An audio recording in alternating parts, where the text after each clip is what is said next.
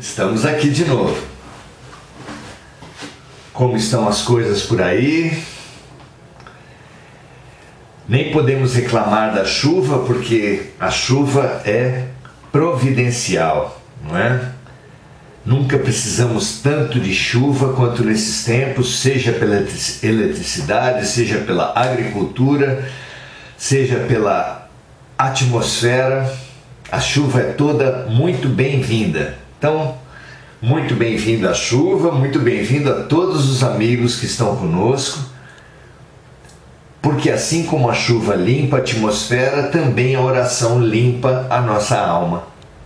Limpa as nossas almas e é muito bom estarmos aqui nesse processo de higienização, de harmonização. Nada melhor para harmonizar, para curar, para ensinar do que o amor, do que a oração. Estarmos com o oração. Com oração é estarmos coração. Que nós alcancemos esse estágio coração, de viver em permanente estado de prece. Assim seja, enquanto a gente não consegue fazer disso uma atitude permanente, exercitemo-nos, não é? Que assim seja com todos nós. Hoje nós viemos falar ainda na oração de São Francisco, a gente vem falar da discórdia. A discórdia, esse estado conflitivo das nossas relações, das nossas famílias, dos nossos casamentos, da nossa política, das nossas religiões. Nós vivemos num estágio conflitivo, num estado de alma de discórdia permanente e lidando muito mal com as diferenças. A discórdia é uma maneira de lidar muito mal com as diferenças, porque a diferença ela vai acontecer sempre. A diferença é necessária, a diferença é estimulante para as nossas vidas. Basta dizer que se nós fôssemos condenados a viver numa instituição com pessoas da nossa faixa etária, do nosso sexo, da nossa classe social, da nossa raça, da nossa religião, da nossa ideologia, seria uma vida na homogeneidade, uma vida entre iguais, uma vida pobre, sem estímulo.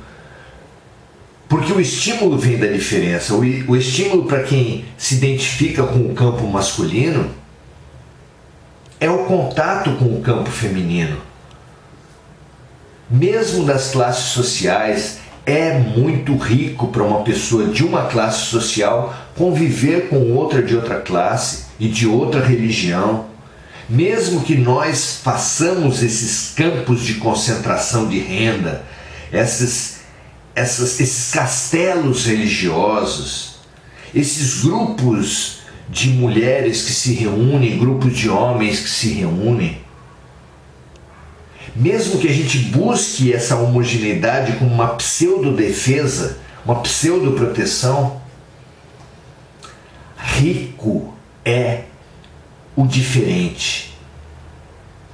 Riqueza, estímulo, diversidade, isso é vida.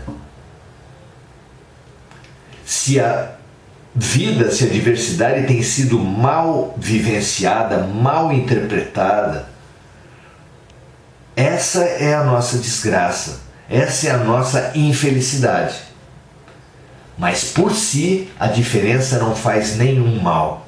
Ao contrário, diferença é maravilhosa nas nossas vidas. Por isso é fundamental nós pensarmos esse movimento que a oração de São Francisco nos propõe nesse versículo, que diz: onde houver discórdia, que eu leve a união. Porque esse movimento da discórdia à união é imprescindível, é precioso para as nossas vidas. É essencial de alguma forma, visto em profundidade, é a essência das nossas vidas. Por quê? Porque mesmo essas diferenças que são tão estimulantes, em razão das quais nós precisaríamos ter uma outra atitude de aceitação, de tolerância, de curiosidade, de respeito. Toda essa nova atitude que nós deveríamos ter com relação à diversidade ainda é no campo da superfície, mas é extremamente importante. Então, o primeiro passo nesse campo da discórdia e da união é o respeito à diversidade, o aprendizado com a diversidade, perceber o aspecto estimulador e emancipador, expansivo da alma que é a diversidade, sempre que vivida com compaixão, com empatia. Percebamos esse primeiro grande desafio da diversidade, pois com ele nós venceremos a discórdia e nos prepararemos para o outro grande passo, que é a união. Porque são dois movimentos. Respeitar o diferente é imprescindível nesse momento de ataques, de intolerância, de agressividade com tudo que é diferente. Nunca teve tanto feminicídio, homofobia, intolerância religiosa, intolerância política. Então, para todos nós, esse chamamento é mesmo fundamental. Mas, para além desse respeito, dessa homenagem à diferença que nós aqui fazemos, precisamos avançar para a união. Que união é essa? A união, em primeiro lugar, da cooperação entre os diferentes, percebendo que sem a cooperação dos diferentes não se constrói um prédio só com pedreiros, só com eletricistas, só com encanadores, só com azulejistas, só com arquitetos, só com engenheiros. Não se constrói um prédio, não se faz as realizações humanas sem a diversidade. Não se faz os aprendizados humanos sem a diversidade. Nós precisamos, na nossa formação de educadores, de diferentes áreas.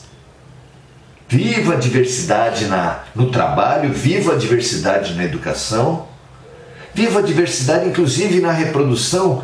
Se não houver convivência, respeito, relação amorosa entre as diversidades, a diversidade sexual no caso, a humanidade acaba. Nós precisamos, nós nos abastecemos, nós nos nutrimos de diversidade. Mas é preciso ir além. Nós nem bem ensaiamos esse respeito, essa homenagem à diversidade, nós somos convidados a ir além. A verdadeira união, a união essencial, vai para além da cooperação entre os diferentes. Nós precisamos vislumbrar, pelo menos, a união essencial. Essa união essencial que nos informa que nós não somos nem negros, nem brancos, nem mulheres, nem homens, nem brasileiros, nem estrangeiros, nem espíritas, nem evangélicos. Que todas essa multidão de diferenças, de fronteiras, de muros que nós colocamos entre nós, ela simplesmente não existe. O que nós somos, a resposta para a pergunta fundamental do autoconhecimento, quem sou eu? passa apenas circunstancialmente pela valorização da mulher, pela valorização do negro, pela valorização do pobre, do brasileiro, do boliviano, do umbandista.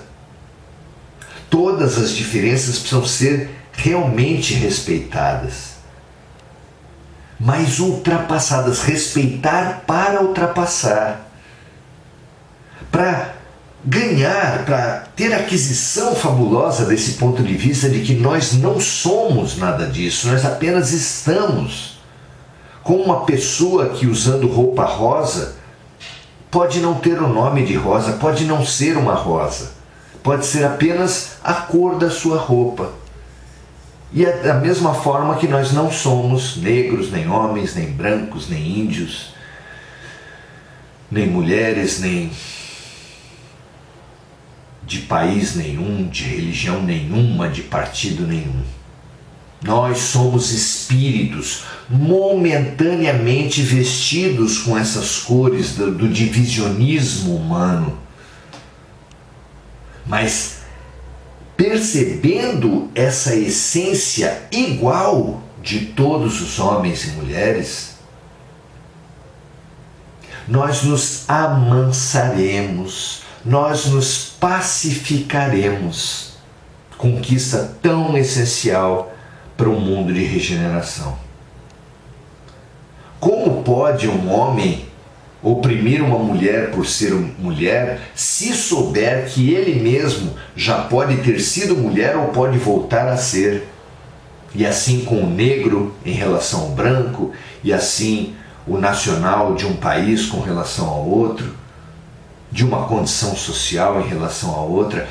Como pode ter mais espaço ainda hoje, mesmo ainda mais entre os espiritualistas, aqueles que compreendem a lei de ação e reação, a reencarnação?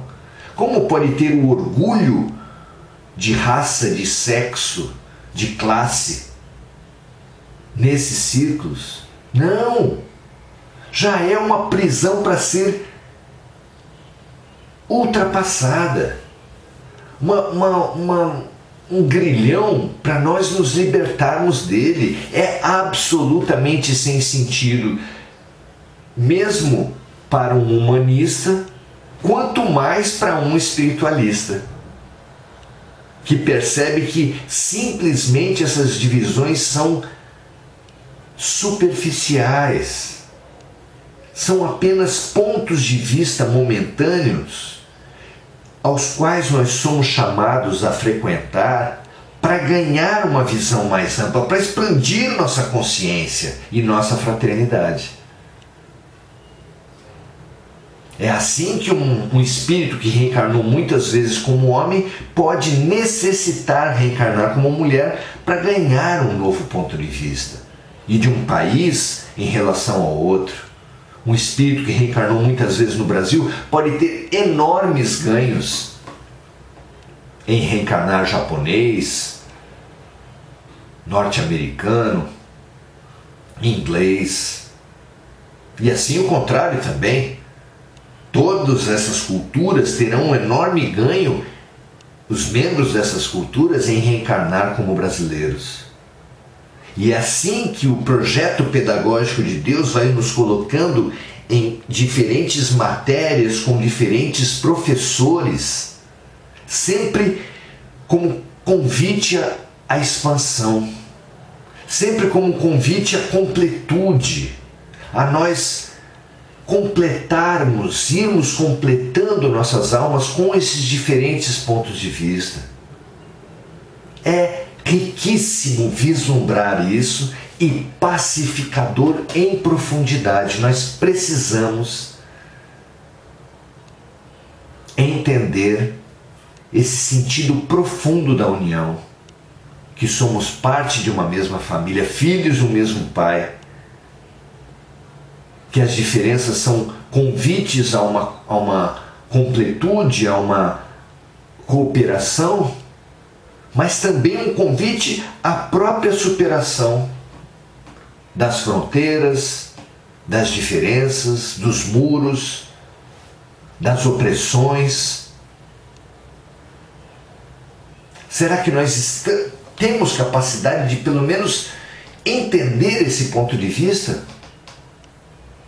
É fundamental.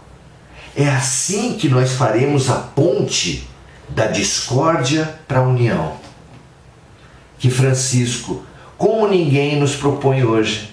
Ele que era filho de um comerciante muito rico e que se fez o pobrezinho. Ele que era um jovem muito interessado em guerra e que se fez um príncipe da paz. Ele que fez essa trajetória por sobre os abismos das convenções, dos orgulhos, das vaidades, das falsas identidades humanas, alcançando a verdadeira identidade humana, que é a nossa essência divina, que é a nossa essência de amor. Francisco de Assis vem hoje nos propor especificamente essa passagem da discórdia para a união, que tudo isso que é motivo de discórdia seja, em primeiro lugar, num primeiro passo, motivo de cooperação, de respeito, de aprendizado com pontos de vista diferentes, e depois motivos de superação dessas diferenças todas para alcançarmos a nossa igualdade essencial. Como filhos de Deus, todos igualmente deuses, todos igualmente e profundamente dignos do respeito, da integração essencial. Não é maravilhoso? Vamos selar esse compromisso? Vamos ter essa aquisição das nossas almas para esse ponto de vista tão profundo, tão pacificador e tão urgentemente necessário? Selando esse nosso compromisso com a paz, com a profundidade, nós hoje repetiremos a oração de São Francisco, pedindo a Deus, pedindo a Jesus, que Ele faça de nós um instrumento de paz e não uma arma de guerra. Senhor, fazei de cada um de nós um instrumento de vossa paz. Que onde houver ódio, eu leve o amor. Que onde houver ofensa em mim, à minha volta, no mundo, que eu leve o perdão. Que onde houver discórdia, essa maneira terrível de enfrentar as diferenças, que eu leve a união. Que onde houver dúvida, que eu leve a fé. Onde houver erro, que eu leve a verdade. Onde houver desespero, e a humanidade está tão desesperada, que eu seja um instrumento da esperança. Que onde houver tristeza, e a tristeza obscurece tantos corações, deprime tantos corações, sugere autodestruição para tantos corações, que nós levemos a alegria. Não há nada mais alegre do que a certeza de estarmos no melhor momento, no melhor lugar, com as melhores relações, com tudo que nós realmente precisamos. É o que a vida nos traz, e essa consciência nos dá muita alegria. Onde houver trevas, em nós, no ambiente, nos outros, que nós levemos a luz. Ó Mestre, fazei com que todos nós procuremos mais consolar do que sermos consolados, compreendermos que sermos compreendidos, amar do que sermos amados. Porque é dando compreensão, perdão, amor, que nós receberemos. Será perdoando que nós seremos perdoados. Será ajudando, trabalhando, servindo para transformação das pessoas, da natureza, das instituições, da sociedade que está à nossa volta, que nós receberemos de Deus, de Jesus, dos luminares espirituais, o apoio, o tratamento, a cura fundamental para a nossa própria transformação. Graças a Deus que esse exercício de pontes sobre o abismo das nossas almas, os abismos sociais, seja sempre selado, profundamente selado, com o auxílio do nosso querido Francisco de Assis. Graças a Deus, amanhã procuraremos estar aqui, só não estaremos se tiver algum empecilho de última hora, buscando sempre essas pontes dentro de nós com vocês, de nós todos com o mundo desencarnado iluminado, e nós todos, espíritos orientadores desse trabalho, nós todos encarnados, estabelecendo nessa oração uma ponte com o amor. Graças a Deus, muito obrigado por tudo. Espalhem a união onde houver discórdia. Compartilhem esse vídeo, compartilhem esse momento com outras pessoas. Faça de você mesmo um instrumento da paz de Jesus. Que assim seja, muito grato e espero eu até amanhã. Um abraço.